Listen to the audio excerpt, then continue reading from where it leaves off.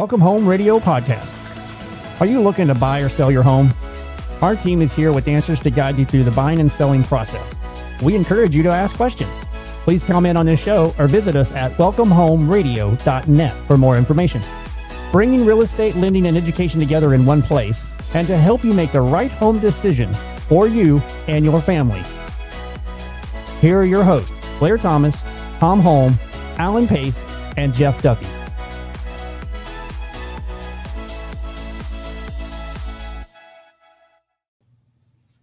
Hey, good morning. It is February 15th, and we are so excited to be with you today. Welcome to Welcome Home Radio, where real estate, lending, and learning come together.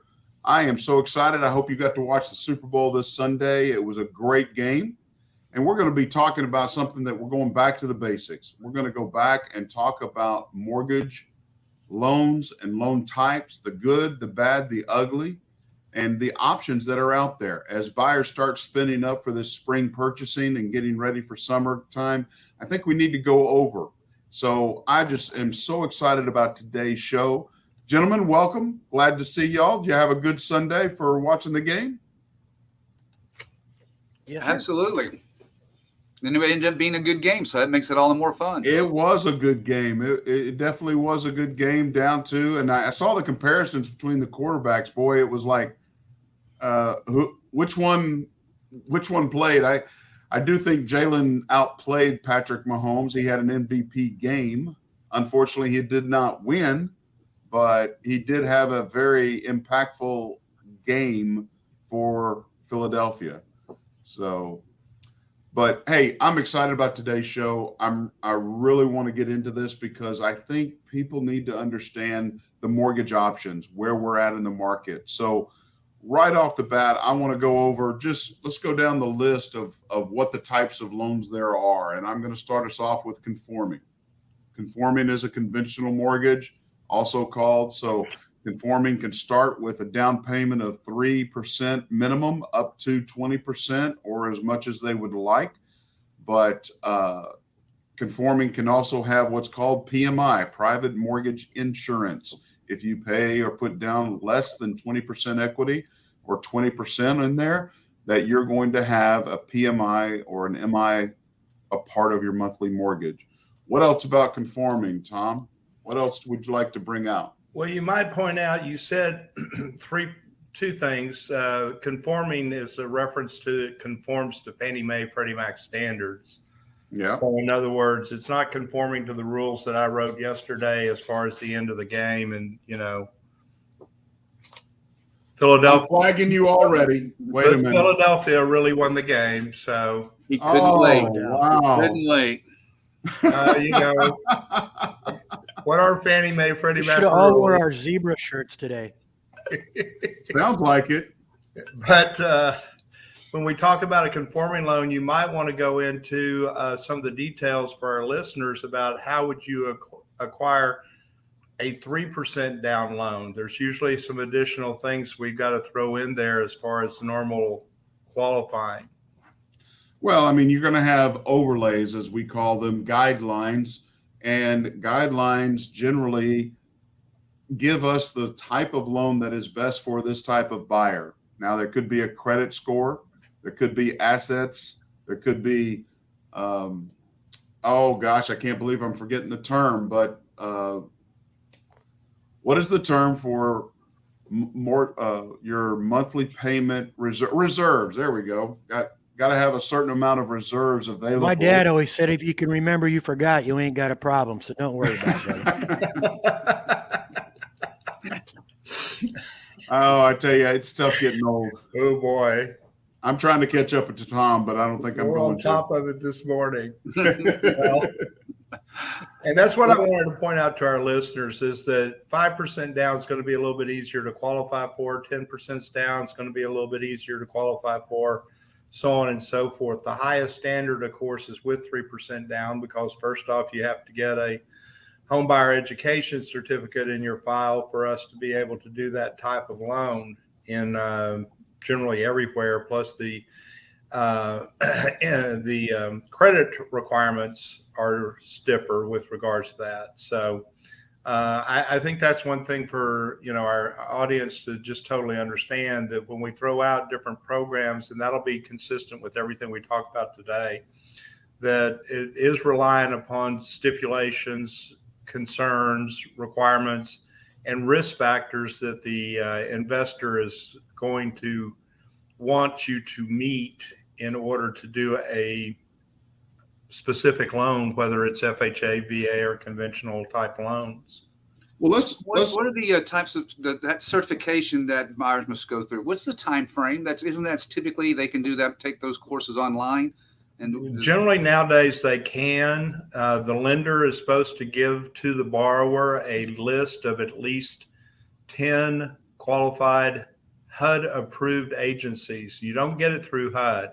And sometimes people get that confused and they start trying to call HUD and that type of deal. And that's kind of a lost leg.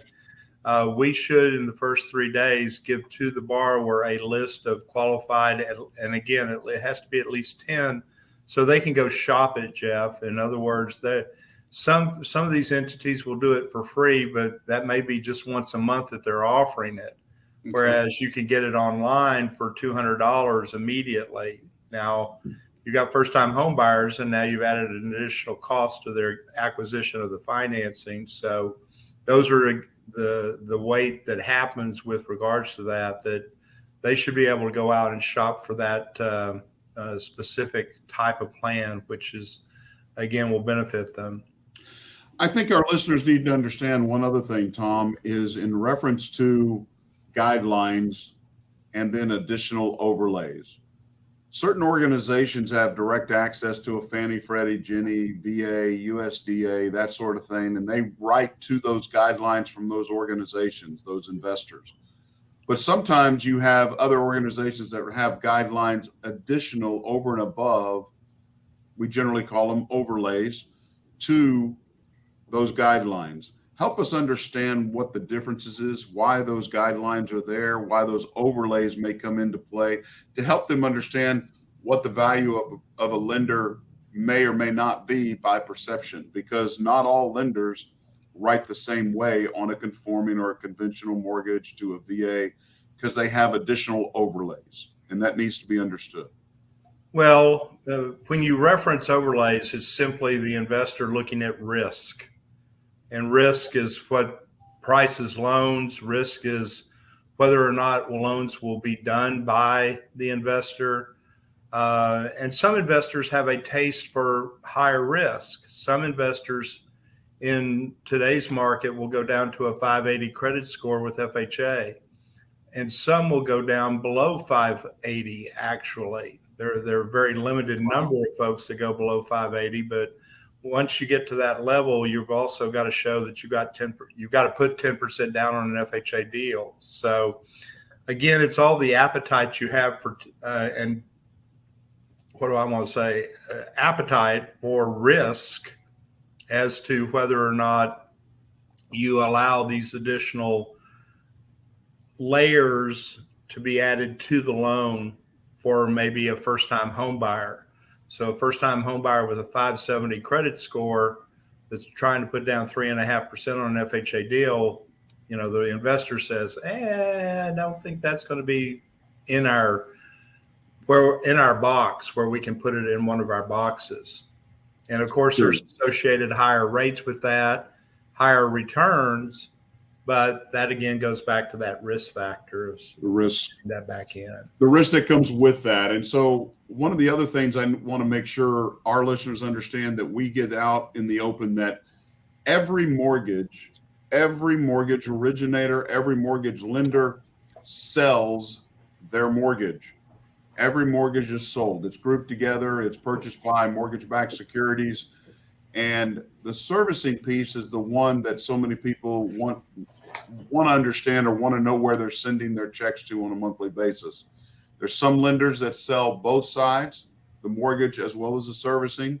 There's others like us. We sell the mortgage to Fannie or Freddie, Ginnie, investors generally. But the servicing piece we maintain. We service every loan we originate.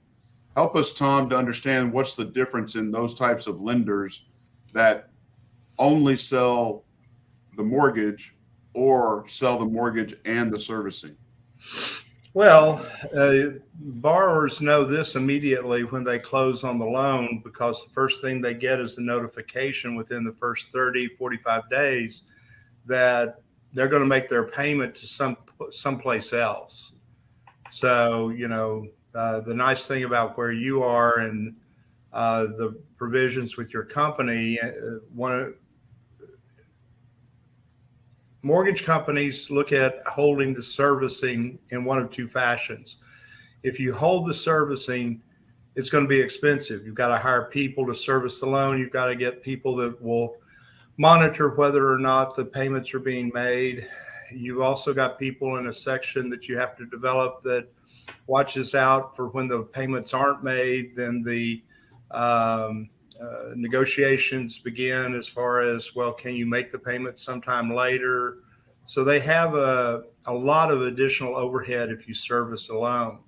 But every month when the payment is made, you get to keep a piece of that little payment to help pay for those people that are doing that. So that's the first thing you note when you close is this going to be the same people I did the loan with? Did it change as far as the name of the company? Because if it changed as far as the name of the company where you're paying your payments, then they sold the servicing on the transaction. And that's the best way to tell that. Well, but is there a pro and a con to you? Because early in my career, I had a wonderful Air Force colonel. We did a loan for them, closed in December. January, it moved. February, it moved again. March, it moved, and it finally settled in April, and he was able to make consistent payments to the same location.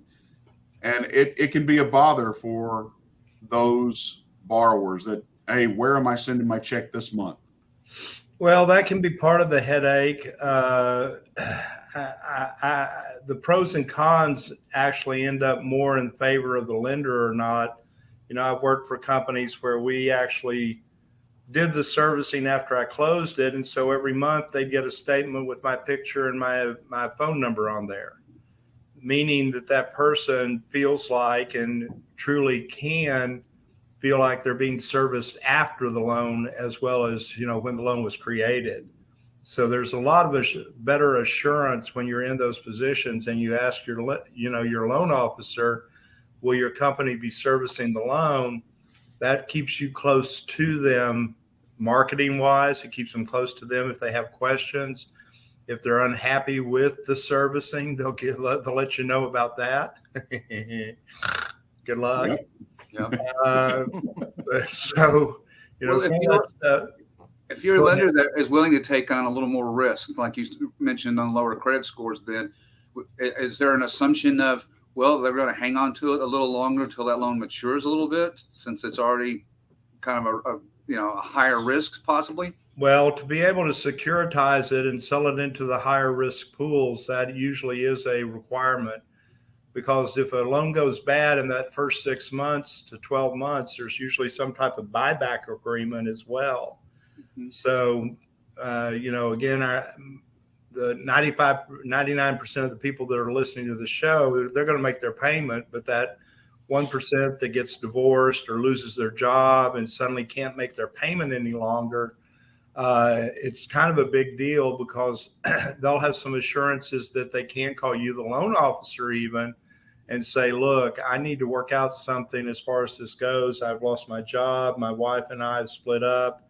And that way you can help give the best advice possible with, what to do, because you don't want those mortgages, no matter what, you don't want them to be foreclosed on if you can avoid it. And every lender out there, the first thing they see when things go south is this person willing to cooperate to help us facilitate the dispensation of the collateral? That sounds very technical and very cold, but that's what they're thinking, is that our main concern is to make it a priority to get the property sold.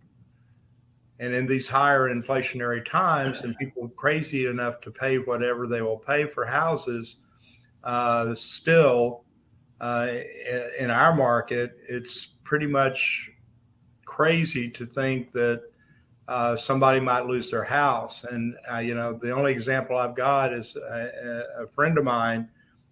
She's been in this circumstance where she had to go through the COVID thing. She got ill. She did deferments of her payments and so on and so forth. And now that she's back, she's having some health issues. And so it's hard for her to make her payments under her allowances that she receives. And she's kind of put her head in the sand. And so I have to keep kicking her, saying, look, don't put your head in the sand. Be active about this, proactive. You've got some equity in the property. Don't let them take it back because you just gave up. And people tend to do that. And that's the sad thing about when we see foreclosures. Life has already kicked you kind of in the teeth. And whether it's bad health in her case, or a divorce, or, again, loss of job, any of those things, the last thing the lender wants to have is that property.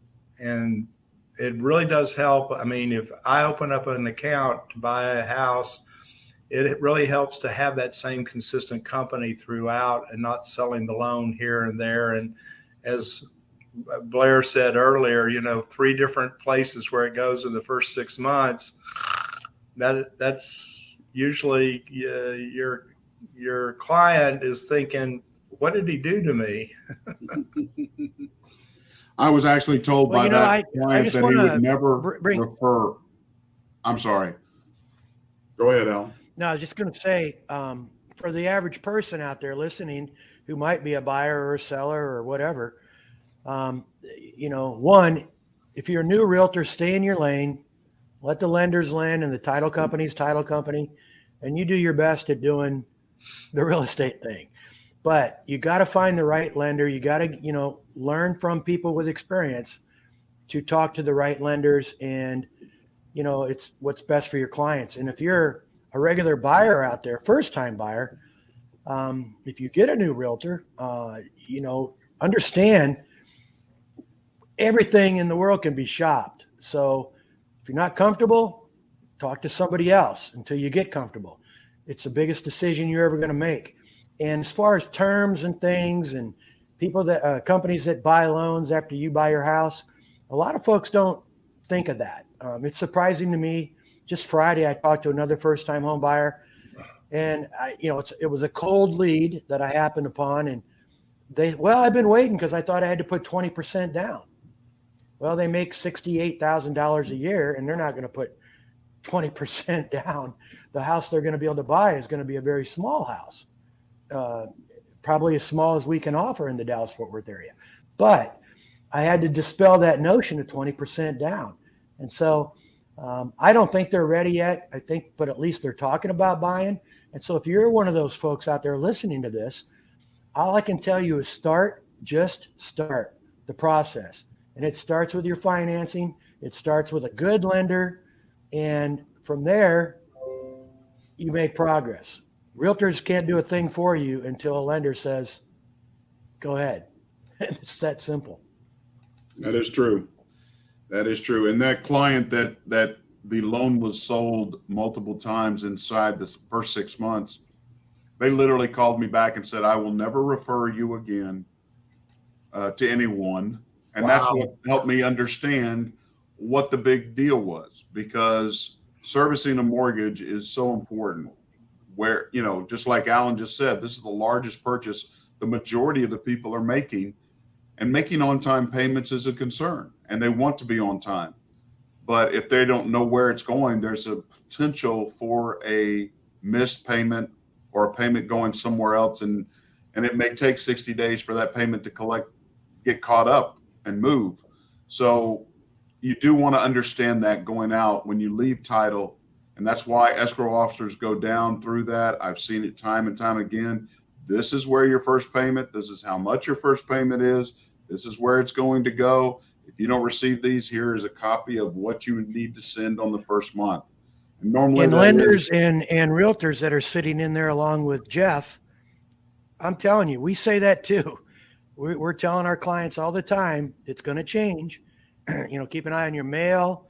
your emails. I know all title companies offer all the docs, email and mail, but the other part is, you tell your clients, don't just throw your mail away, go through it, because I know a lot of people, everything's online now, but you do get stuff in the mail and it's so easy to miss it. It is. So conventional, the pristine, probably the best mortgage out there with the best rates. Again, a lot of times people putting more money down. But let's go into the first-time home buyers. That can be FHA, that could be VA, that can even be USDA. So let's talk FHA real quick. Pros. What are the pros for a FHA mortgage?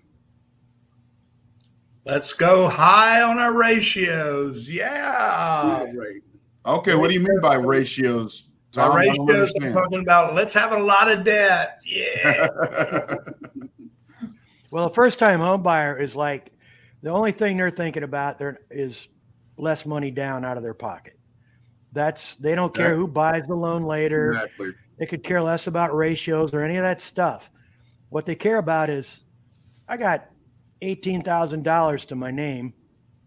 I do make good money and I've got good credit. So 3.5%. Okay, let's try it. That's what they're thinking. Okay, so low down payment, ratios, there's a front end and back end ratio. Front end ratio is purely comparing your income to the cost of the PITI, or principal, interest, taxes, and insurance. And the back end ratio is including all your other liabilities. And in an FHA mortgage, you can go up to generally 55% debt to income, DTI. So good points on that. What are the cons of FHA? Let's have a lot of debt. Yeah.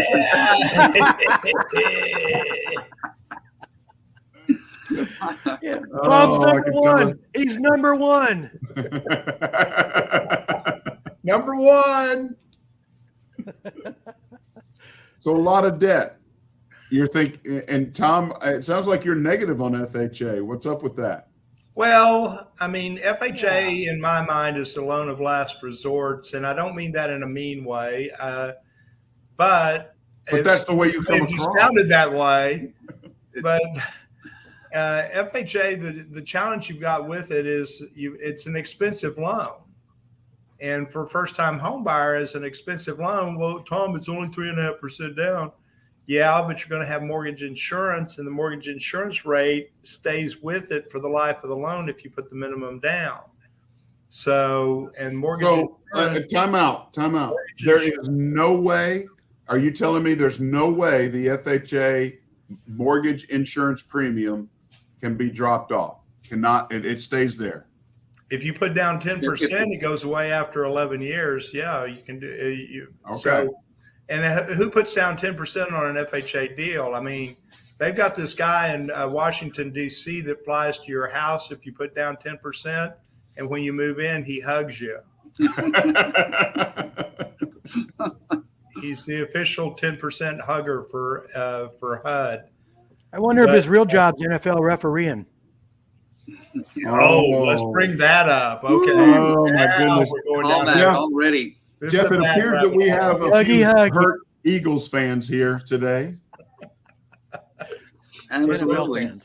The reality is, though, that FHA, again, they're more generous. They're more aggressive with higher ratios. You can have more debt. You can have lower credit scores, and it not affect your interest rate as much. They'll go below the 620 level that Fannie Mae and Freddie Mac will restrict you to.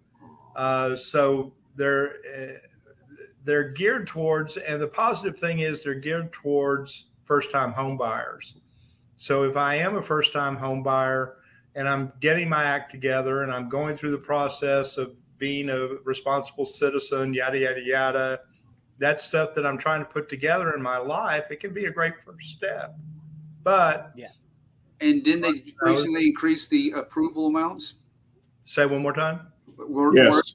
The recent approval amounts, that helps a lot. The loan limits Absolutely. went up. Loan limits went up for both conventional as well as FHA. So that is a positive. Because I close a lot of first-time home buyers, and you guys do as well. And it's like, wow, that's what you're paying for your first house. We would, all of us guys would never have dreamt about that when we purchased our first home. No, that is true. But it is a springboard loan. It is a generally, and Alan, maybe any one of y'all can answer this question of first-time home buyers are generally in their first home, their starter home, it's not their forever home. And they're generally in there between 3 and 7 years. Is that correct, Alan, or Tom, or Jeff? Well, I think it varies, and but the one thing to remember is most lenders, realtors, title company people, professors of real estate in schools have all bought their first home and have been through the process while they're helping a first-time home buyer. So a lot of that goes into the help that you give. And I have a question about FHA loans, though, while we're talking about that. Is there a different standard, like if you borrow $650,000 on FHA versus $200,000 house, or is a standard? Well, there's a limit to an FHA by right, county. But I mean, I'm saying on the higher priced homes, like Jeff was saying, how do lenders look at that? I mean, like it's surprising. I think what Jeff's point was, wow, we all spent $125,000 or $150,000 on our first house, or $300,000. We didn't buy a $628,000 home just getting started. So are the standards for those people different, or is a standard a standard? Well, I think my best answer for that would be a standard is a standard. Okay. Now, I would say with a higher dollar home, you've got people that probably are in a higher wage earning profession. Right. And so would it be more aggressive towards those people that, one's a nurse and one is a teacher somewhere, and they're going to be more in probably a white collar job with an educational background that would lend a little bit more, the best way to say this, and I don't want to sound prejudiced, but those people that have gone through that educational situation are more less inclined to be foreclosed on. And my point is risk, the risk. That's it. Right. If people are willing to spend that much money on their first home, where have they been in the past? And why can't they get a conventional loan, or why can't they put 15, 20% down, that's my point. I'm trying to talk about risk. I know a lot of people that make a lot of money that don't have good credit. Student loans. and to tell you, and I'd give this example in my class. I gave this actually in my class yesterday. So yeah, 2 people. So I've got 2 people that come in that are qualifying for a loan. How is their lifestyle how is it being reflected? Well, they go out to dinner every night. They go along and they go to their vacation once a year and travel. And the reason why now those 2 people are getting together to buy a house is they want to start a family. And so they're in the process of changing their lifestyle, but their lifestyle up until the day they're qualifying, they know that there's a loan out there that they can get a gift from mom and dad to pay their down payment. The seller can pay their closing costs. I can premium price the loan to pay any additional costs that are involved. And I can leave them with that much money when they get the house. So again, FHA is the investors with FHA are more willing to take a higher amount of risk with that 0%. And yet, we already see they're paying $2,500 in rent. So you're hanging your hat on that they've had this history of paying rent at $2,500, and now their new $3,000 payment shouldn't be much of a hickey. They need to stop going to Starbucks every day. Well, my guess would be on people that make a lot of money that use an FHA loan and buy an expensive house, have bought upper end cars, or, they've done things in the past. They may have the debt situation that's also coming from the fact that their spending habits are not good. They're not listening to Dave Ramsey like my daughter does, which is Miss Austere. I said, honey, aren't you going to go out to a Super Bowl party? No, well, no, it's going to cost me money, Dad. I'm like, she acts like she's broke, but she just puts the money aside for what she wants to use it for. My daughter's into him too, and I'm happy that that's happening. But I don't know. I'm just having a hard time wrapping around the risk. If you make a lot of money and you're spending a lot of money and you're using an FHA loan, I guess this is a good question maybe for Jeff or Blair. But what kind of clients do you see that, not specifically, obviously, but if they're making a lot of money and they say, do they tell you they want an FHA loan, or are you telling them that's all they qualify for, or how's that work? Generally, for me, when somebody asks, what can I qualify for? I want to buy a home. I try to fit up at least two options for them. And sometimes an FHA option is sometimes the best option because of down payment. With conventional, they're not able to, or because of the credit requirement, DTI, as Tom says, more debt, and or credit scores can help them. But that is one. A lot of times I'm working with a veteran that should qualify for a VA. VA does wonderful on the DTI, but credit scores, they generally are a little tighter then. So, I'm going to fit them into the best mortgage that is possible for them, that they're able to buy a home, period. Well, now, FHA requires, Blair, to do that. If you qualify for both a conventional and an FHA loan, they actually have a sheet that you have to fill out and show that you gave them an opportunity to understand what the significance would be to get a conventional loan versus FHA. And a lot of lenders, that will be in the actual closing package when they close on that deal. My sometimes challenge is that loan officers are maybe not aware of that it's going to be there. And secondly, that they didn't go ahead and sit down with their borrowers and say, look, I do want you to look at this form, especially before closing, about what you could do if we did this conventional. Because if they're qualified to do conventional, FHA requires them to get this comparison sheet. It's mandated that they see a comparison. It has to be acknowledged that they were made aware of that. I just see FHA really being that springboard mortgage to get people where they want to go, which is buying their first home. And they may not be in it long, but the bottom line is, and a lot of people do FHA when they know they can refinance maybe 6, 9 months, 10 months, 12 months later into a mortgage, a conventional or conforming, that will save them money. Plus, back a few years ago, home prices were going up so quickly that they could generally get into a 20% equity position and drop MI pretty quickly.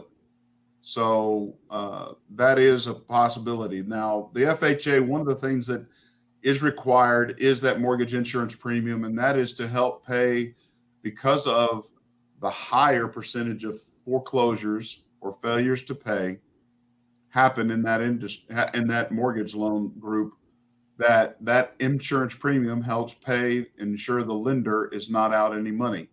Now, the bank that has it, they don't want to hold on to that property. They want to get rid of it as soon as possible. They're not in the business of renting or anything. So they will take and foreclose on it, but they will be turning it. And that's where an opportunity can take place for a buyer and investor to come in. And so I think you're right about the banks not wanting to be in that business. Selling through that 2006 to 2009 period there, 7, 8, 9, let's say, dealing with banks and foreclosures and short sales. And, it was really difficult dealing with some of them, just really difficult. Sure. Well, it's difficult any time that somebody is going through a foreclosure and a hard time. I mean, that's hard on everybody around. But yep. I want to move on to one of my favorite, over 60% of my business. And I gotta bring out my veteran brothers and sisters. I'm just so grateful that you've earned that benefit. VA loans and the value that they have, the pros and cons. So what are the pros for VA from y'all's perspective? Well, I'll just go financing first and foremost. 100% financed home. That is correct. Nothing down. There's still costs for closing costs, setting up escrows, all of that, but there is 100% financing option for a VA, a veteran that has earned that benefit. Yes, you can be a military person, and you can be, as one discovered very quickly in his career, you can say you're a veteran and you've been in the reserves and you went through school for a year at the engineering school, but you were never earned the veteran benefit just because you were on active duty for a year, because you were only in school. Veterans are people that have been deployed in a combat zone, to been deployed for 18 months, but it generally is an opportunity for a veteran to use and buy a home at 100% financing. And it's a great benefit for them, as well as for their spouses if they passed away. So from their military service. From their military service. Let's Gold make Star sure. family members. There you go. Gold Star family. Those that have lost a spouse in combat, they can use the VA benefit as well.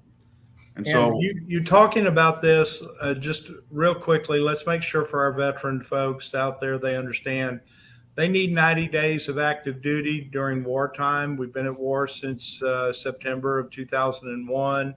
So anybody that's been in the service that has 90 days of active duty has the ability to apply for their eligibility to give them zero down on a home purchase. If they serve during peacetime, it's 181 days. 180 days, yes. 180 or 181? I believe it's 180. Okay. I'll let's double check that, because I'm teaching this in my class and I had somebody kind of dispute that with me the other day. Our book says 181, and I'm like, well, I think it's 181, but you know, and you're talking about the first time home buyer, Blair, and it's always the first question out of my mouth when I'm talking to somebody who maybe answered an ad or, you know, hit me up because referred, and they'll say, how's it work? You know, where do you get the money, and how much does it cost, and how long does it take, and how much do homes cost? And my first question is always, are you a veteran? It's like right off the bat. And because we can go straight from there to so many good scenarios. Yes. And because you're a veteran doesn't mean you're limited to a VA loan. So, you know, you start there though, and on a first time home buyer, it just makes my face light up when I see their face light up, because a lot of veterans to this day don't know about the 100% financing, and they don't know about the various tax breaks they get in the country. Texas is very good with veterans on disability anyway. I think correct, right? If you're 100% disabled, you don't pay any real estate taxes in Texas. Only in Texas. Yep. So, and that's where I do my business. So that's greatness. And their faces light up. I'm not kidding you. When they move here, it is a cool thing. It is. Blair, what was the recent stat you quoted with the number of veterans who are moving to Texas consistently, or where? We are averaging here in Texas over 100,000 veterans moving into the state. We surpassed California in June of last year as the #1 veteran state in the country. We are the #1 Gold Star family state. We are the #1 women veteran state in the country. And so, again, the benefits, a lot of those folks are moving here because of the veteran benefits, but 100% financing is not the only key pro. One of the things, and Tom, in your background, what is the highest DTI that you've done a VA loan with? You're asking me? Yes. Well, one of the highest that I've heard of was at 59.5%. 71% I've got an approval on a VA mortgage. Wow. Well, in the course of they're qualifying with that residual method, so they probably don't have a big family. They're buying here in the South, And that is the nice thing about residual method to qualify the veterans. It is more of a true compass as to what they can afford. Sure. But a true pro, again, it's a benefit earned by a veteran. And yes, Head Monkey Butt, our wonderful producer, did confirm 181 days on active duty during peacetime. And, somebody just got froze up. Oh, That's quite the look he's got. I know. It is. It's intense. Hi, I'm Blair. I've been a lender for 3 years. See, that's what he gets. I think we might have lost him, but Put the Wait, there he is. Did I lose everybody? Okay, now you're back. back. There he is. there he is. Rats. Okay, I thought we were going to have fun. Hi, Blair. Welcome to Welcome Home Radio. Yep, we lost him. Oh, whoops. Well, Well, I we'll think we're pick kind back of up. running late Since we're talking anyway. about veterans, did you see the flyover yesterday? The all lady All female pilot. pilots? Mm-hmm. Yeah. And the lead was from Texas. I can't remember, was she captain, or I can't remember what her exact title or ranking was, but that was pretty Yep. cool. That was really Well, cool. I think we're running right at our limit here anyway, so maybe it's a good time to get off, and we'll just oh, there he is. Are you back? I'm back. I'm sorry about that. We were just going to sign off without you, but you go ahead. Well, I mean, Hey. this guy Blair still uses AOL as his email. So, He's number one. Well, we're number one. Hey, Number one. thank you again. Going back to basics, getting used to ask your lender, what are my options? Understand the mortgage options that you have. There are so many more. There's adjustable rate, our ARMs, there's high balance, there's jumbo, of course, USDA. And of course, we're going into our next show is going to be all about reverse mortgages. So we look forward to it. God bless. Thank you for your time. I'm Blair Thomas. I'm Tom Holm. I'm Alan Pace. I'm Jeff Duffy.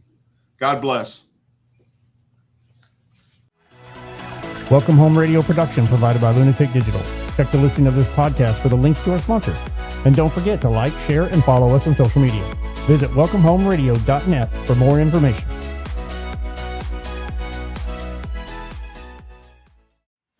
This was a Lunatic Digital production. Visit lunaticdigital.com for all your digital needs.